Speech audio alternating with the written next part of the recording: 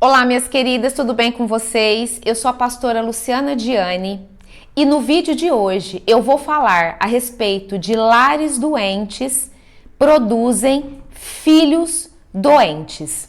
De 100% das pessoas que me procuram para serem curadas e libertas, 99% dessas pessoas têm a raiz dos seus problemas no momento da concepção, da gestação, do nascimento ou na infância relacionado com seus pais. Isso porque pais doentes reproduzem suas feridas nos seus filhos. Agora eu vou relacionar as principais causas de ações, atitudes e comportamento dos pais que acabam afetando os seus filhos. O primeiro, abuso sexual. O abuso sexual acontece, na maioria dos casos, entre pais e filhas, mas num pequeno percentual também acontece entre mães que abusam sexualmente dos seus filhos homens. E quando acontece esse tipo de abuso, é algo tão destrutivo para os filhos que, especialmente no caso da moça, quando ela se torna uma adulta e vai então procurar um parceiro, um homem para se tornar marido, ou ela encontra muita dificuldade de encontrar esse homem que ela vem achar o homem ideal para ser marido dela. E quando ela encontra, ela pode ter problemas no relacionamento conjugal, no relacionamento de intimidade com esse marido, se ela não foi curada e liberta ainda. A segunda causa é o abuso da autoridade.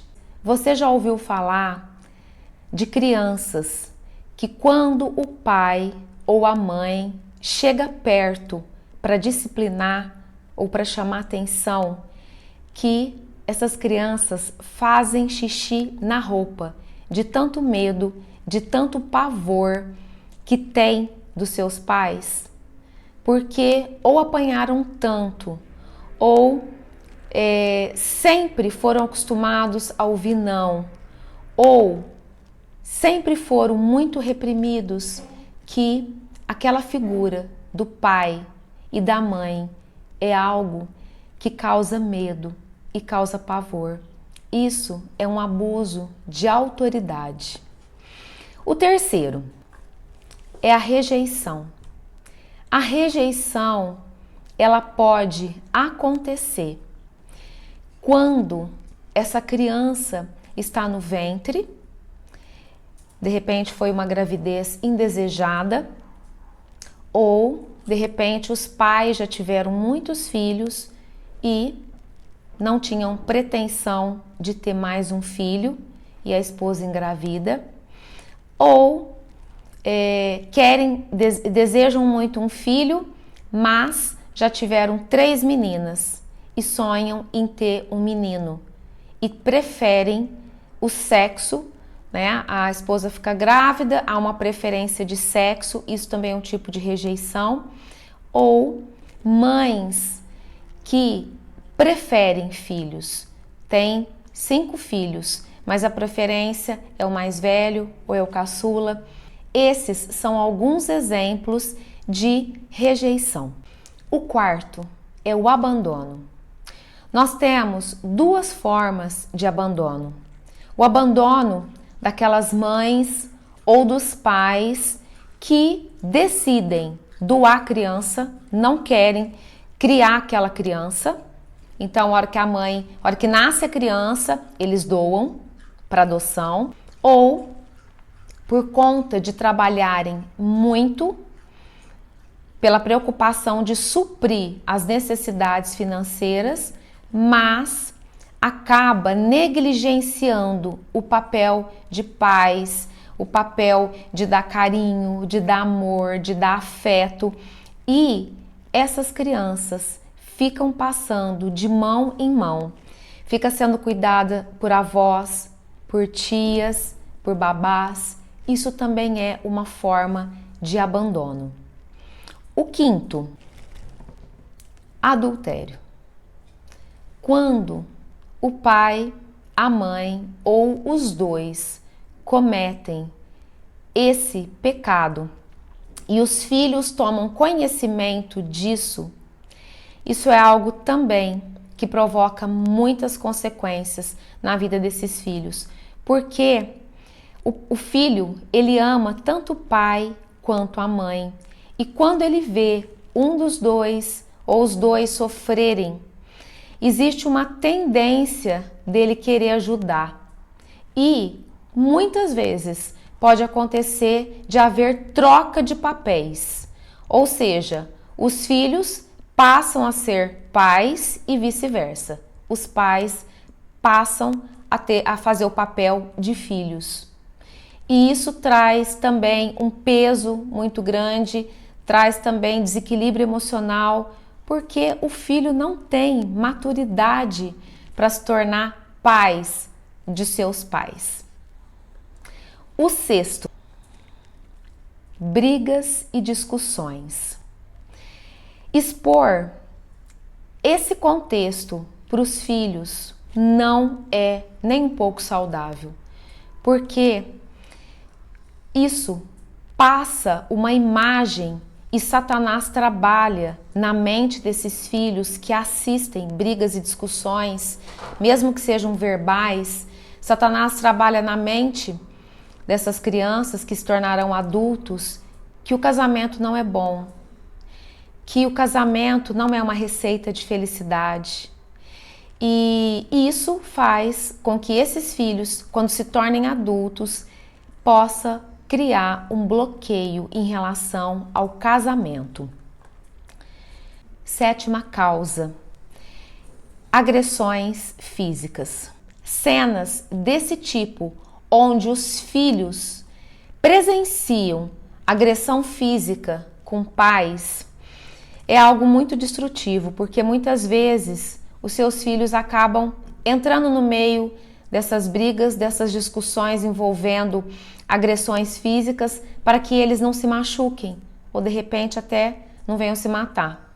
E isso provoca timidez, vergonha e também pode provocar problemas nos relacionamentos afetivos. Oitavo, dependência emocional. A dependência emocional pode acontecer tanto entre pais e filhos, como entre marido e esposa. Sendo um ou sendo o outro, os dois impedem o desenvolvimento e o crescimento emocional dos filhos. Se a dependência emocional for dos pais para com os filhos, esses filhos vão ficar imaturos, vão ficar dependentes e vão demorar para se desenvolver emocionalmente. Alguns nem se desenvolvem completamente. E quando a dependência emocional é entre os seus pais, entre o marido e a esposa, esse vai ser o padrão de relacionamento que eles vão aprender e possivelmente vão reproduzir com seus cônjuges. Nono, os vícios. Pais que são viciados em álcool, em drogas ou em jogos também tem um impacto muito grande sobre esses filhos, principalmente quando acontece o vício com álcool ou com drogas, que os filhos veem seus pais desconfigurados por conta de quando estão alcoolizados ou drogados. Isso também é algo muito destrutivo para esses filhos. Décimo, ausência de um dos genitores. Pode acontecer com mães solteiras que criam filhos sozinhas e esses filhos são criados com ausência de uma figura paterna. Pode acontecer com pais separados, onde um deles se ausenta e fica muito tempo sem procurar o filho ou simplesmente desaparece. E pode acontecer também no caso de uma família convencional, mas o pai ou de repente a mãe trabalha fora e fica durante a semana inteira fora e chega no final de semana e aí tem muita coisa para fazer e acaba não dando aquela atenção necessária. Isso também provoca consequências nesses filhos quando eles crescerem. E a 11ª causa, quando pais se relacionam sexualmente na presença dos filhos. Isso acontece quando aqueles pais acostumam seus filhos a dormir na mesma cama com eles. E chega um determinado momento que o filho acostuma e não quer de forma alguma voltar a dormir no seu quarto. E para resolver o problema, os pais acham que colocando uma cama do lado vai resolver a situação. E esperam a criança dormir para terem relacionamentos sexuais, achando que a criança não vai perceber ou que a criança não pode acordar. E eu já ouvi relatos de pessoas contando que presenciaram, viram e ouviram seus pais se relacionando intimamente. E isso provocou um grande bloqueio na área sexual dessa pessoa quando se tornou adulto. Além dessas causas que eu enumerei, muitos, quando crescem, acabam casando precocemente ou começam a trabalhar, a estudar e mudam de cidade ou de país, na tentativa de sair daquele ambiente doentio, da casa dos seus pais, e acham que isso vai resolver, mas não vai. E alguns ainda batem no peito dizendo que nunca fará o que fizeram seus pais e acabam caindo no mesmo erro.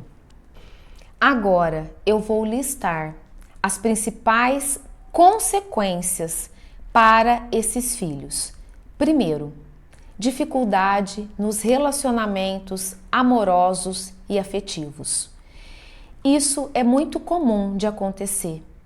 Pessoas estão casadas, com família e aquelas feridas lá atrás começam a atrapalhar, começa a ser um impedimento para que o casal seja pleno, seja feliz, seja na sua intimidade de casal, seja de repente até no relacionamento mesmo, de se comunicarem, de se entenderem, porque a menina busca no marido o pai e vice-versa. O menino busca na esposa a mãe. E quando acontece distorções, né, na infância, que os seus pais não foram os melhores exemplos de pais, isso afeta sim nos relacionamentos conjugais. O segundo, dificuldade nos relacionamentos interpessoais. Pessoas feridas têm os seus relacionamentos interpessoais comprometidos, porque podem se tornarem pessoas tímidas, pessoas muito envergonhadas, pessoas que não conseguem expor o seu sentimento, tem muita vontade de se abrir, tem muita vontade de falar o que sente ou o que pensa, mas não consegue, fica guardado, parece que trava, não consegue. E isso acaba dificultando, inclusive, na área profissional. Terceiro, a depressão. Uma das causas da depressão, uma das causas da síndrome do pânico é problemas de relacionamento com pais na infância na adolescência. Quarto ponto, o homossexualismo. O homossexualismo, uma das causas é a distorção de identidade. E quando existe um problema na afirmação da identidade de um filho ou de uma filha no futuro, isso pode provocar esse desvio, esse transtorno sexual. O quinto é a dependência emocional, que nesse caso se torna uma reprodução do padrão doentio que recebeu dos seus pais biológicos. Sexto, a baixa autoestima. Eu assisti um vídeo hoje que mostrava um casal que ganhou o Oscar de cirurgia plástica. A moça, ela fez tantas plásticas, mas tantas plásticas para ficar parecida com uma boneca, que ela ficou, no meu ponto de vista, ela ficou parecendo um ser de outro mundo. Colocou muito preenchimento nos lábios, que dificultou até a fala dela. Colocou próteses de silicones com volume muito desproporcional para o seu corpo. Afinou a cintura de forma que não existe um ser humano normal com uma cintura tão fina. O quadril bem mais largo, né? Quando ela chegou, era uma moça que não morava com seus pais, e depois ela fazer essas cirurgias, os seus pais não a reconheceram. Ela ficou irreconhecível. E a mãe dela fez a seguinte pergunta para ela: se você está com 26 anos desse jeito, imagina quando você tiver 62. E o moço, em contrapartida, também ficou completamente desfigurado, né? Parecendo um boneco mesmo, mas uma coisa muito estranha. E eu também tenho observado nas redes sociais, não só mulheres, mas homens, se exporem de uma forma muito vulgar, mostrando seus corpos para ter curtidas, comentários da sua performance física, enfim. Tudo isso está relacionado à baixa autoestima, porque pessoas que têm esse tipo de atitude são pessoas que precisam ser autoafirmadas, aceitas e aprovadas. Sétima causa, sentimento de inadequação. Esse sentimento faz com que a pessoa tenha sentimentos de inferioridade, isolamento, timidez, muita vergonha, e isso pode fazer com que esse ser humano se torne tão introspectivo que venha ter dificuldade não só de se relacionar, mas de trabalhar na escola, ou seja, aquela pessoa fica isolada, ela cria o próprio mundo, não consegue se envolver com outras pessoas. Oitavo, transtornos de personalidade. Muitos psicopedagogos diagnosticam algumas crianças como alguns distúrbios de atenção, déficit de atenção, crianças que não aprendem ou então crianças hiperativas, e isso também pode ser causas daquilo que essas crianças estão recebendo dentro de casa. Agora eu quero te dizer o que a palavra diz em relação a pais que erram com seus filhos. No Salmo 27:10 diz assim: ainda que me abandonem pai e mãe, o Senhor me acolherá. E em Isaías 45:15-16, que é um texto muito conhecido da palavra de Deus, que diz assim: porventura pode uma mulher esquecer-se tanto de seu filho que cria, que não se compadeça dele, do filho do seu ventre? Mas, ainda que esta se esquecesse dele, contudo eu não me esquecerei de ti. Eis que nas palmas das minhas mãos eu te gravei. Os teus muros estão continuamente diante de mim. Queridas, quando nós conhecemos Jesus e começamos a caminhar junto com Ele, nós começamos a entender que os nossos pais não são perfeitos e que se eles nos feriram é porque eles também foram feridos. E então, precisamos começar um processo de cura e libertação da nossa alma através de Jesus. Nós somos regidos por princípios bíblicos e por mandamentos. E eu quero ler uma palavra que, além de ser um princípio, também é um mandamento, que está em Efésios 6, 1-3, que diz assim: Filhos, obedeçam a seus pais no Senhor, pois isso é justo. Honra teu pai e tua mãe. Este é o primeiro mandamento com promessa, para que tudo te corra bem e tenhas longa vida sobre a terra.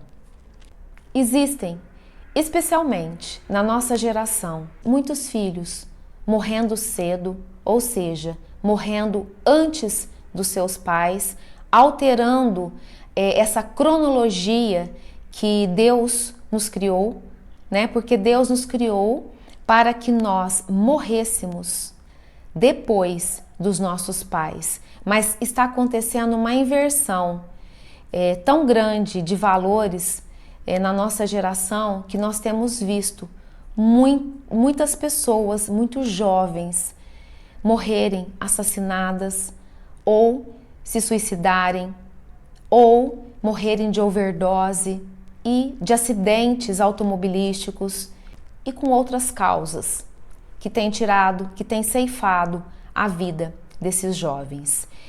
Porque, apesar de tudo, apesar do pai e da mãe ter errado, não significa que você tem o direito de romper relacionamentos, não significa que você tem o direito de deixar de honrar os seus pais. E principalmente quando você começa a ter o entendimento e a revelação da palavra de Deus, isso se torna uma obrigação. Isso se torna imprescindível se você quer ser curada, liberta, restaurada e quer viver recebendo a abundância e a plenitude que o Senhor tem para mim e para você. Agora, eu quero te falar como que vai acontecer esse processo de cura. Em primeiro lugar, você tem que reconhecer que você precisa ser curada, que você precisa ser liberta. Como assim? Você precisa olhar para a sua vida, para as suas reações, para as suas atitudes e reconhecer que você faz muitas coisas que não é normal e que existem algumas causas por trás disso. E você tem que procurar ajuda. Segundo, se despojar do orgulho.